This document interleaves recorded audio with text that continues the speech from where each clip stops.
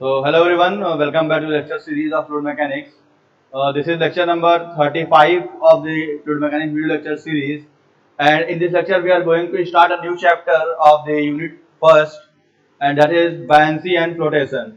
तो दोस्तों last lecture में हम लोगों ने चैप्टर 3 के ऊपर वर्कआउट किया था कि हाइड्रोस्टैटिक फोर्सेस क्या होते हैं और किस प्लेन पे लग रहे हैं, कैसे उन्हें फाइंड आउट करना है, ये सारी चीजें हम लोगों ने यूनिट 3 में अपना चैप्टर 3 में हम लोगों ने इसको कवर कर लिया था। तो अब यूनिट 1 का लास्ट चैप्टर है जिसमें हम लोग बायंसी और फ्लोटेशन के बारे में जानेंगे कि ये एक्चुअली होता क्या है और हम लोगों को इस पर न्यूमेरिकल्स कैसे सॉल्व करने हैं। बेसिकली इस टॉपिक को आप लोग पहले भी पढ़े होंगे फिजिक्स में, ठीक है, तो कोई ऐसा नया टॉपिक नहीं है, लेकिन हाँ फिर भी इन जानकारी के लिए हम लोग स्टार्ट करते हैं अपने पहले टॉपिक से जिसका नाम है बायंसी।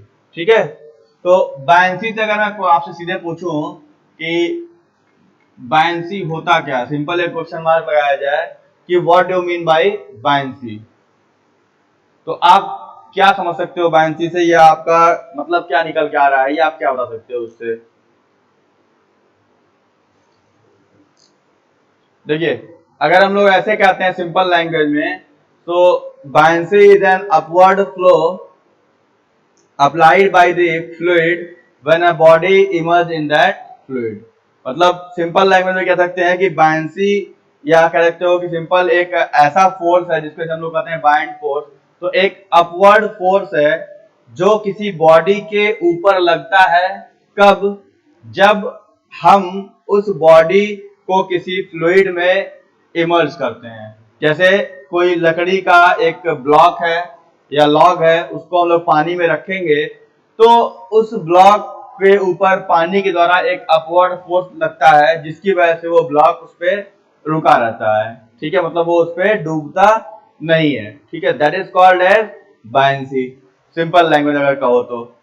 अब यहाँ पे हम लोग इसको ऐसे डिफाइन करेंगे कि फ्लूइड के ऊपर डिफाइन करेंगे। ठीक है, when a body is immersed in a fluid, मतलब जब कोई बॉडी किसी फ्लूइड में इमर्ज की जाएगी तब उस फ्लूइड के द्वारा एक अपवर्ड फोर्स लगेगा उस बॉडी के ऊपर, और इस अपवर्ड फोर्स का जो मैग्नीट्यूड होगा वो बराबर होगा उस बॉडी के द्वारा डिस्प्लेस्ड किए गए फ्लूइड का के वेट के बराबर। मैं फिर रिपीट कर रहा हूं, जब किसी बॉडी को हम किसी फ्लूइड में इमर्ज करेंगे या रखेंगे तो उस फ्लूइड के द्वारा उस बॉडी के ऊपर एक अपवर्ड फोर्स लगेगा, और ये अपवर्ड फोर्स का जो मैग्नीट्यूड होगा वो बराबर होगा उस बॉडी के द्वारा डिस्प्लेस किए गए फ्लूइड के वेट के। ठीक है, मतलब जो बॉडी फ्लूइड डिस्प्लेस की, जैसे एक बाल्टी था उसमें हम लोगों ने कुछ एक वुडन ब्लॉक रखा, ठीक, उसकी वजह से क्या हुआ कि उस बॉडी की वजह से उससे कुछ पानी बाहर निकल गया। ठीक है, तो वो जो बॉडी के ऊपर बायंट फोर्स लग रहा था वो बराबर होगा जितना लिक्विड वहां से बाहर निकला होगा। ठीक है, और इसी को हम लोग बोलते हैं बायंट फोर्स। अगर आपको नोट डाउन करना हो तो डेफिनेशन आप नोट कर सकते हो, मैं बोल दे रहा हूं, नोट करना लिख लीजिए।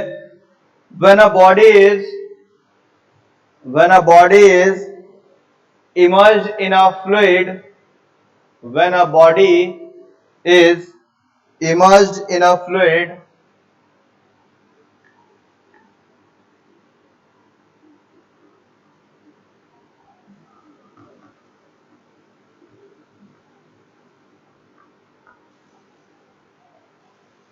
when a body is immersed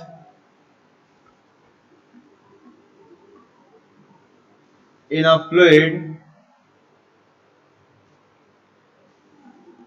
and upward force is exerted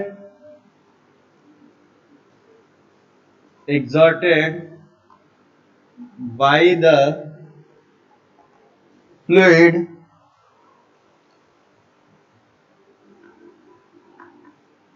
on the body. This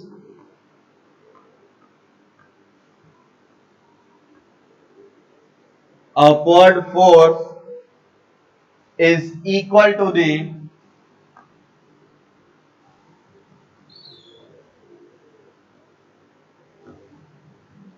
weight of the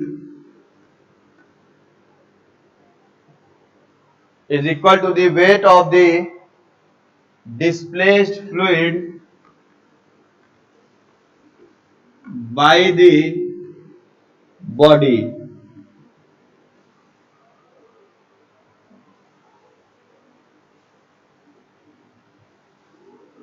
This upward force is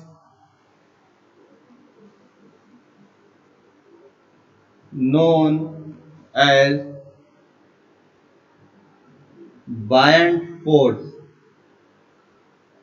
or simply we can say that buoyancy. Buoyant force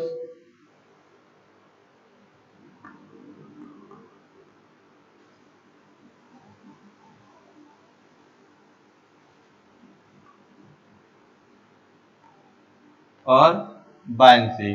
ठीक, तो ये statement ध्यान रखिएगा कि buoyancy अगर निकालने को आता है तो जो weight of the displaced liquid है वो बायंट फोर्स के बराबर होता है। इसी कॉन्सेप्ट से आप इस पे न्यूमेरिकल्स वगैरह सॉल्व कर पाओगे। आई थिंक ये आपको पहले से पता भी होगा, ऐसा कुछ नया नहीं है इसमें। ठीक है, तो इसको नोट कर लीजिए, एक मिनट।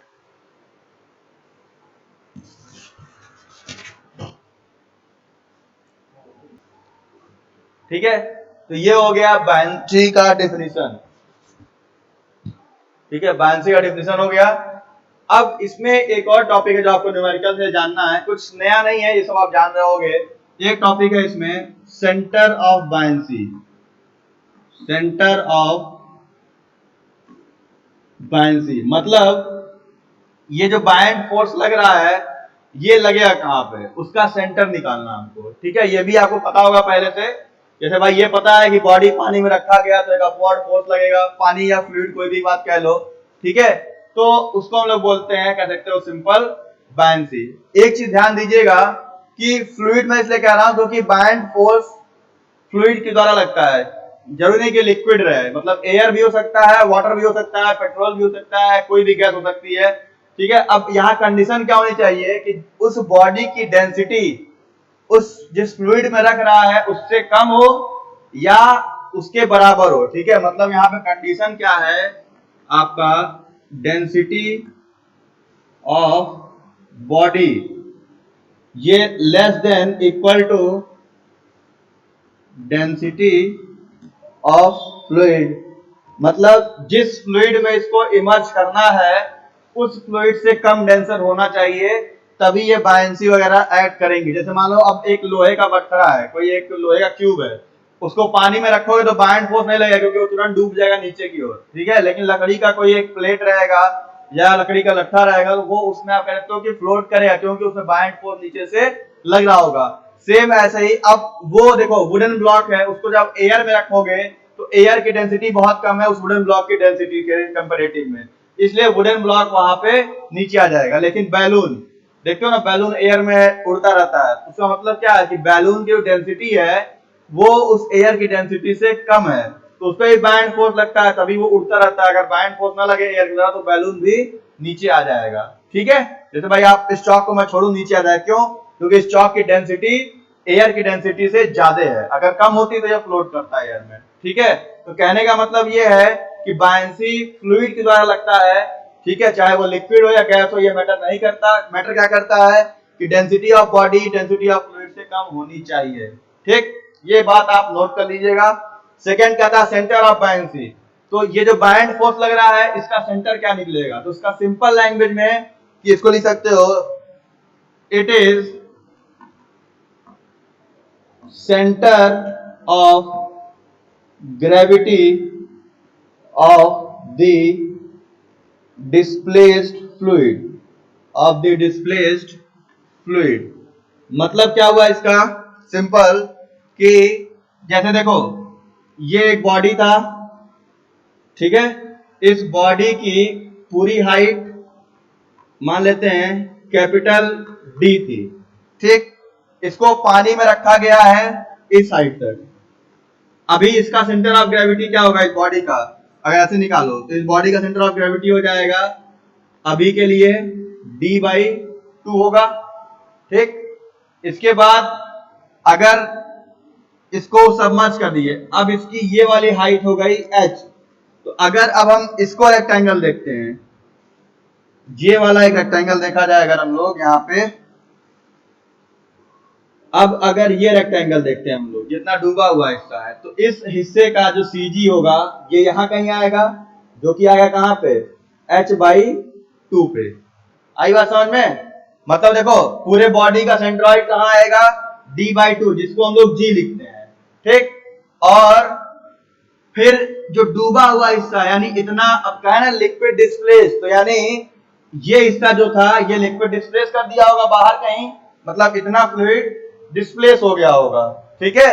तो यानी ये जो डिस्प्लेस्ड फ्लूइड का वॉल्यूम है, ये डिस्प्लेस्ड फ्लूइड का वॉल्यूम है, इसका CG, यानी ये h था रेक्टेंगुलर है, इसका h, तो CG कहाँ आएगा, h/2 पे। तो ये हो गया centre of buoyancy, this is your centre of buoyancy, ठीक है। मतलब मैं फिर रिपीट कर दे रहा हूं कि सेंटर ऑफ बायंसी का सिंपल मतलब ये है कि जो हिस्सा पानी के अंदर है उसका सेंटर ऑफ ग्रेविटी कितना होगा। जैसे एक रेक्टेंगुलर बॉडी है, मान लो ये डस्टर है, इसको पानी में रख दिया ऐसे, तो इतना हिस्सा मान लो इसका अंदर हो गया पानी के, तो इस हिस्से का जो सेंट्रॉइड होगा, CG निकालोगे डूबे हुए हिस्से का, that is your centre of buoyancy. मतलब वो ये बताएगा जो ये अपवर्ड फोर्स लग रहा है, जो बायंट फोर्स लग रहा है, उसका सेंट्रॉइड कहां पे है, ठीक। दो चीजें हमने पढ़ी लेक्चर नंबर 35 में, पहला बायंसी होता क्या है, दूसरा बायंसी लगता कहां पे है, ठीक। तो बायंसी एक अपवर्ड फोर्स है जो फ्लूइड की तरह उस बॉडी पे लगता है, जो बॉडी उसमें इमर्ज की जाती है। और उसके बाद सेंटर ऑफ बायंसी क्या हुआ कि उस बॉडी का सेंटर ऑफ ग्रेविटी जितना हिस्सा पानी के अंदर है, ठीक। वहां से हम इसको कैलकुलेट कर लेते हैं, ठीक है। तो इस लेक्चर में इंट्रोडक्शन रखते हैं, लेक्चर नंबर 36 में हम लोग रिकॉर्ड करेंगे, मतलब बनाएंगे, उसमें हम लोग न्यूमेरिकल्स आते हैं। इसको अभी यही रखते हैं क्योंकि ये एक थ्योरेटिकल टॉपिक हो गया।